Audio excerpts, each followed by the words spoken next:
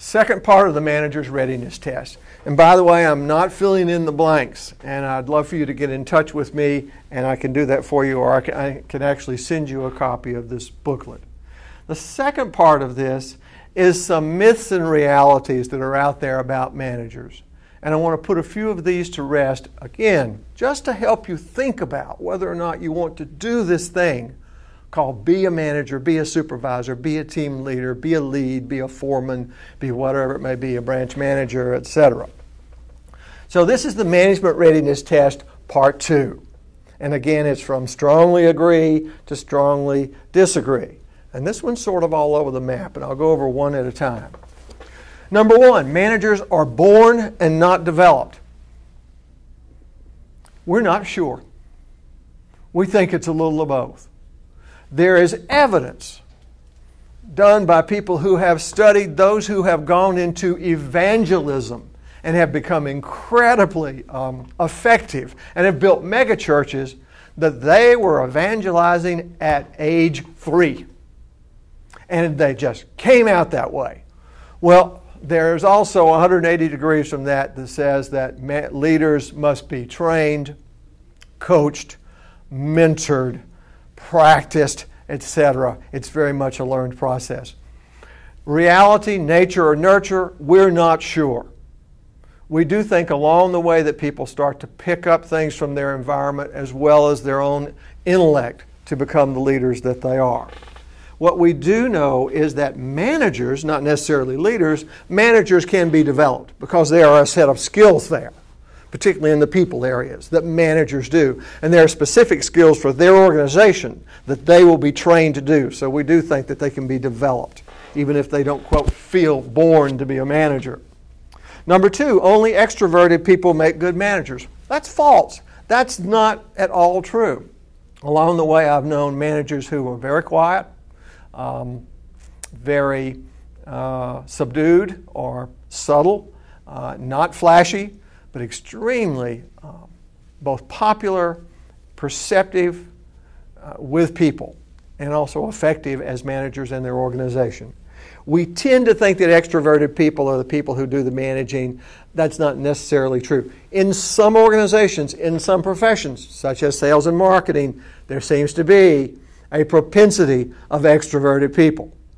In some organizations, there seems to be a propensity of less than that extroverted person, like banking, for instance. Next one, people skills are a low priority for managers. Boy, what a dumb statement. Why did I even put that there? People skills are the priority for a manager. Building a team, moving it forward, creating goals for it and for you and meeting those goals, that's what the business of management's about. Next, managers seldom suffer from stress-related illnesses. Guess what? AMA, the American Medical Association, says that moving into management is one of the most stressful and one of the most illness-producing periods of any person's life. It's one of the most tumultuous events that can occur in your life. And if you take one of these tests that says, here's what kind of stress I'm under today, that's a high factor. That not only have you changed jobs recently, but that you have assumed many more responsibilities, particularly over the lives of other people. So it's a very stressful situation. Next, myth or reality. Good managers are always chosen from the ranks of their own organization. That depends. In Federal Express's case, it's about 30-70. 30 from the outside to provide new energy, new ideas, new strategy, new experience. 70 from the inside who've been developed coming up through the ranks as FedEx managers, supervisors, leads, ramp agents, etc., whatever that may be. And I tend to think that that's what good companies do. They do have a track for a career inside a company, but they also always want that person that's coming in from a different place, a new idea, a new frame of reference. So it's a bit of both. Next, being a manager is the only way to achieve wealth and prosperity. Actually, there are a lot of managers out there who are deeply in debt. For one thing, all of a sudden you've got more money than you've ever had, you've got more credit ability than you've ever had, and you tend to think in some cases you should be living a different lifestyle. Without inheritance, factored in, the two most wealthy people I know are a husband and wife, a couple, out in Washington State where I used to live, who started teaching together in middle school when they were both 21 years old. They are now 65 years old, kind of like me, and they are yet to retire.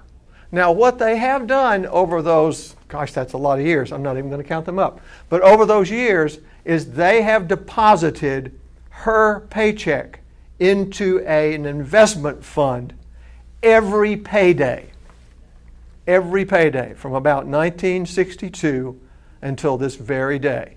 They are multi-millionaires. No inheritance, no nothing funny happening, no lottery, just putting that in and letting it grow. I don't know what their net worth is, but it's in the tens of millions of dollars now, just based on what they started doing back in the 60s.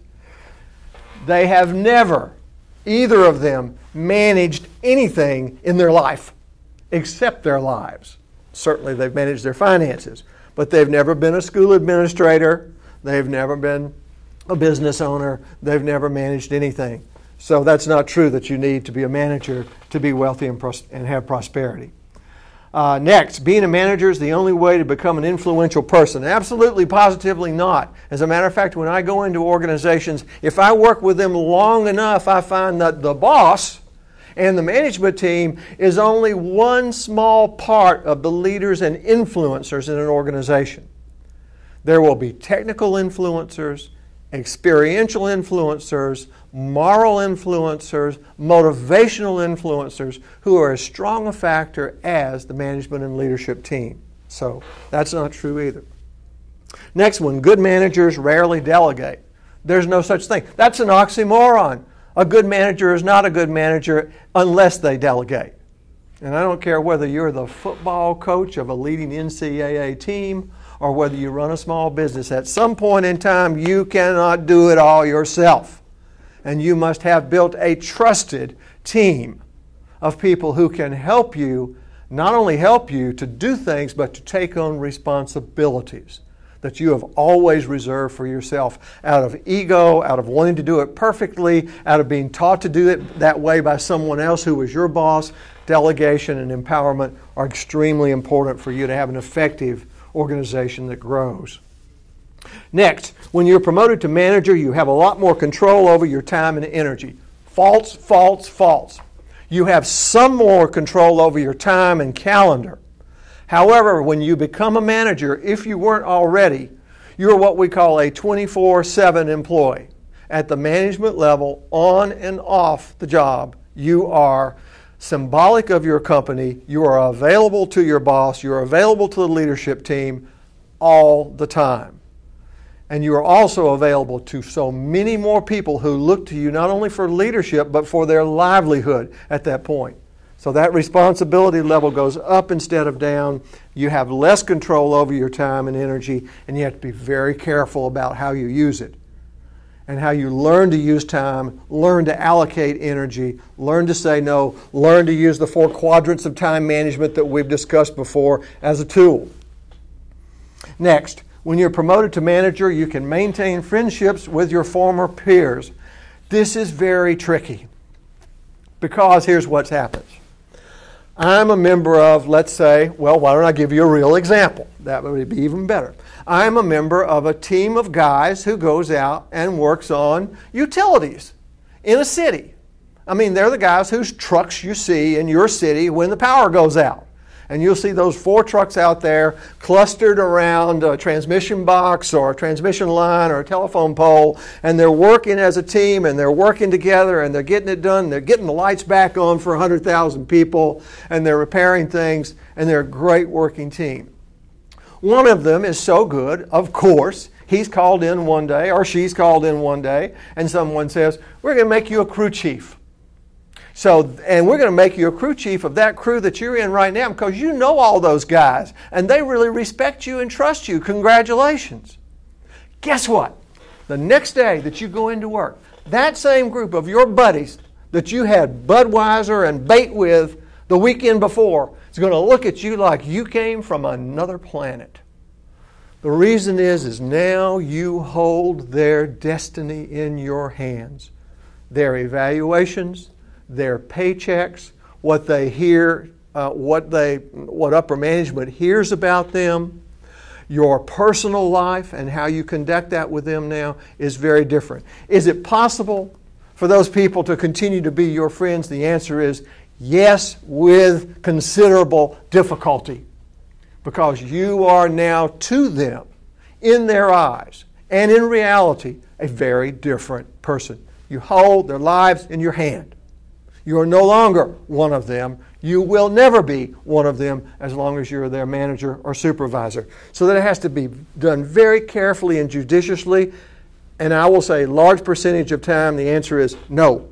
When you're promoted to manager, you cannot maintain friendships with your former peers, particularly at the same level that it was. Almost there. When you're promoted to manager, your job security increases. Well, boy, oh boy, that wasn't true 10 years ago when I wrote that, and it's even less true now because we are now going leaner and meaner and thinner in our organizations, and the first to go or the first to be expendable are those in the middle. Those that don't produce something that's sellable, those that don't produce something that creates almost direct income, and that's the manager, the team leader, the supervisor, the foreman, and also much of this has been automated. That who used to be you is now something that's on the wall and monitors things electronically from 4,000 miles away in Singapore. So the times they are not a-changing, they have changed. And so it is a very vulnerable position to be in the position of supervisor or manager. So when you're thinking about, so you want to be a manager, so I want to do this, think about the increased vulnerability. Can it be done? Of course. Can you grow further? Absolutely. I don't want to be negative about any of this. I just want this to be a reality check. Lastly, as a manager, you will be able to continue work on favorite projects. Probably not. Nada, none, nil, zip. You know why? Because you're managing people. Your major project as supervisor, team leader, manager, owner, whatever it is, will be managing people. Did I get that one across about the people and management? So I want you to think about all of these things as you think about so you want to be in management. Is it a great life? Absolutely. I've loved it. Is it a good life? You bet. Can it be prosperous? I think so. Will it give you opportunities you could only dream of? Talk to me about Sydney, Australia. Talk to me about Auckland, New Zealand. Talk to me about Kuala Lumpur. Talk to me about London and all the places I've been as a consultant, as a supervisor, as a representative of a company. Talk to me about riding in the jump seat of a DC-10 for Federal Express with the pilots. Talk to me about the great things that can happen as a manager. Talk about the influence you can have over people and about them coming back to you and saying, thank you for helping me when I needed it, when you were my boss. It got me going. It got me started on the road that I wanted to go on. I can't thank you enough. So there you have it. A lot of reasons to and a lot of reasons not to become a manager, a boss, a supervisor. Had a great time with you today. We'll see you next time.